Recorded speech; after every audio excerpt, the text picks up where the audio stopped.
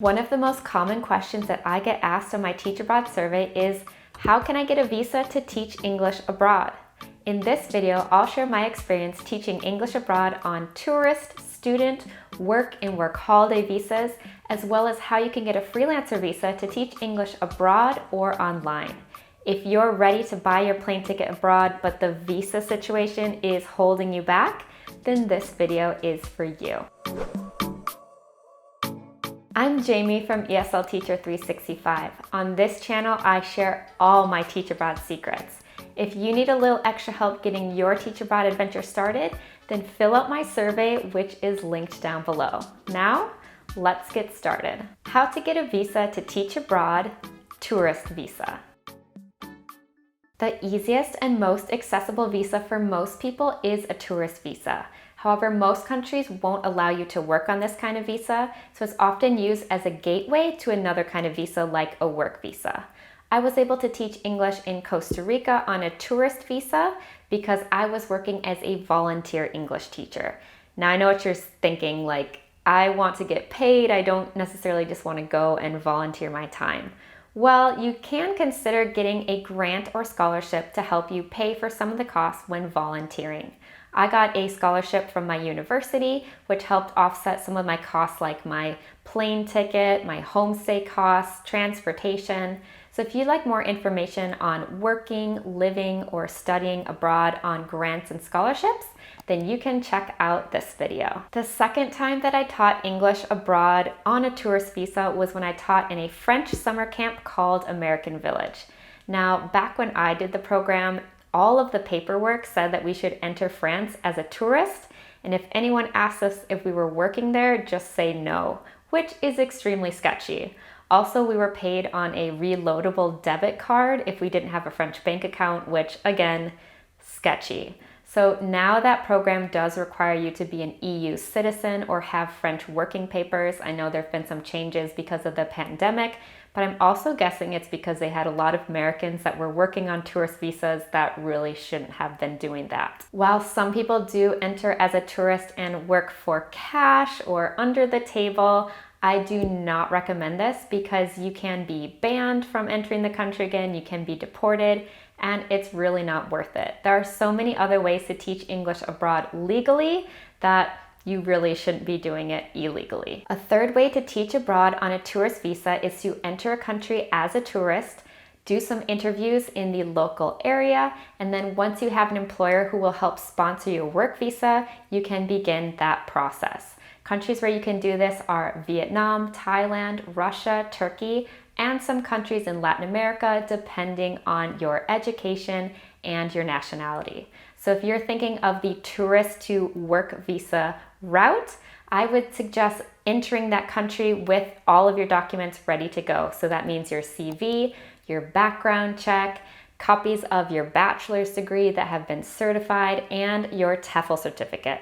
If you don't have a TEFL certificate yet, then I will link some ones that I recommend in the description down below. How to get a visa to teach abroad, student visa. Another way to teach abroad is to get a student visa. You could do a TEFL course abroad and then stay after you graduate to teach in that country. You could study something and then teach English on the side, or you could do a language assistant program on a student visa. I taught in Spain for 2 different language assistant programs, the North American Language and Cultural Assistant Program, also called Auxiliares de Conversación, and the UCITAM program, which is based in Madrid. For both of these programs, I didn't actually have to study anything, even though I was there on a student visa. Since I did this program, which was a while ago, they have made a project mandatory in a few classes for some of these language assistant programs, but nothing too strenuous. So just know that that's how they justify the student visa now. So I was also not paid a salary. I was paid a stipend or grant of between 1,000 and 1,400 euros per month, and I only taught 12 to 26 hours per week. So that's kind of how these language assistant programs work. Another time I taught abroad on a student visa and was actually studying was when I did my master's degree in Spain. I did my master's through the Instituto Franklin's Teach and Learn program, which means that while I was studying, I was also working as a language assistant in local schools. If you'd like to learn more about these programs and teaching in Spain in general, then I'll link my Teach in Spain playlist up above. The final way to teach abroad on a student visa is to do your TEFL course abroad. This usually takes about 1 month, and sometimes students will end up staying past that month in the country on a student visa, either studying the local language or something else, and then teaching English part-time. Often you'll be teaching in-company business classes or working at local language academies. If you'd like some information on TEFL courses abroad, I will link some in the description box down below. How to get a visa to teach abroad, work visa. Another way to get a visa to teach abroad is to get a work visa or work permit. Some countries like South Korea make it very easy for English teachers to get a work visa if you're from specific countries on their list. And if you're a certified teacher, you can apply to work at international schools abroad, which will help sponsor your work permit. Like I mentioned before, sometimes it's possible to change from a tourist to a work visa if you are sponsored by a school. And also, if you've been in a country long enough and you've gained residency, you can often gain work rights as well. The first time that I got a work visa to teach abroad was in Spain when I taught at an American school. They had to prove that no Spaniard could do my job, and because it was an American school, which required a US teaching certificate, they were able to sponsor my visa. The second time I taught on a work visa was actually in Australia, and I didn't get sponsored, my partner did. So because his company sponsored him and his work papers, and we are married, I was able to get those working rights as well. So this meant that I could continue working at the English school where I had been teaching when I had my first visa, which was a work holiday visa.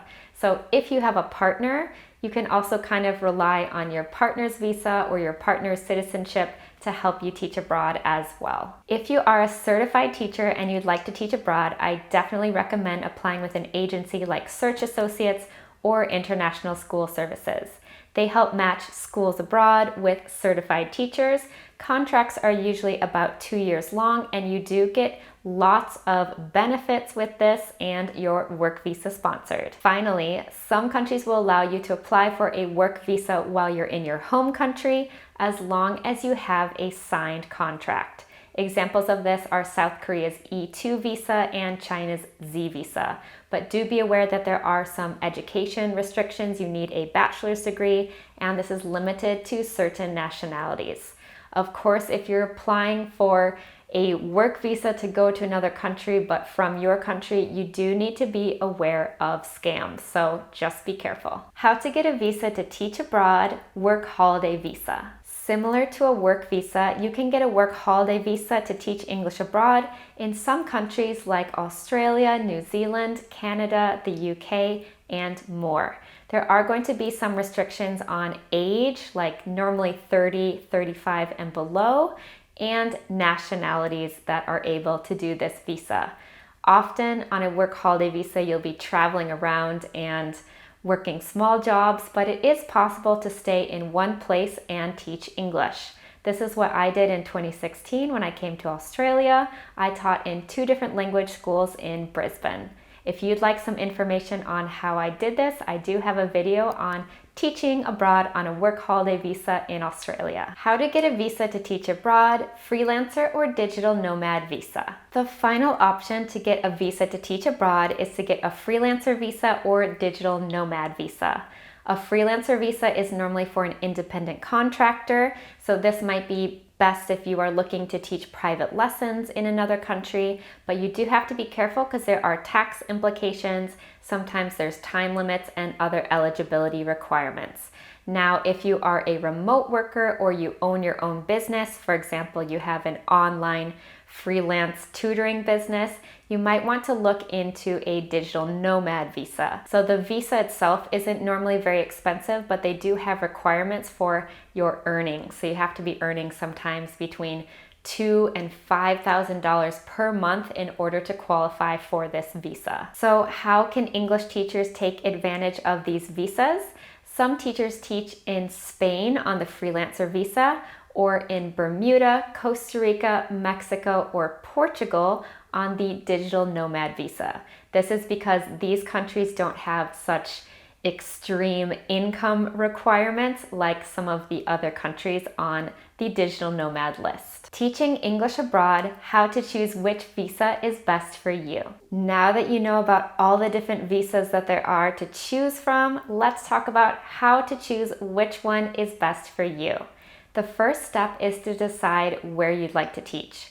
I've made a video all about how to choose your top 3 countries, so make sure to check it out after you watch this video. Once you've chosen your top 3 countries, I recommend taking a look at different expat forums on Reddit, TEFL teacher Facebook groups, and blogs to see what people's experiences are like. So do they like certain language programs? Do they recommend getting a work visa or a student visa? But you always need to fact check this against government websites or by calling your embassy. Of course, things on the internet can not be true, or maybe it's old information, so you just want to make sure that you have everything nice and clear. Also, do be aware that not every visa type is going to be available to you. This could depend on your age, your citizenship, and your level of education. So you need to read the instructions very closely to make sure that you are eligible. If you want to fast track your Teach Abroad process, I do offer one-on-one coaching to help you find the best Teach Abroad pathway for you based on your preferences and qualifications. For more information, you can send me an email at jamie@eslteacher365.com, or you can check out the link down below. I hope this video shows you how to get a visa to teach English abroad. If you have any questions, just leave them in the comments down below. Don't forget to subscribe for all my Teach Abroad videos, and find me on Instagram at eslteacher365. Thanks for watching, and I'll see you in my next video. Happy teaching, and remember, the world is yours to teach and explore.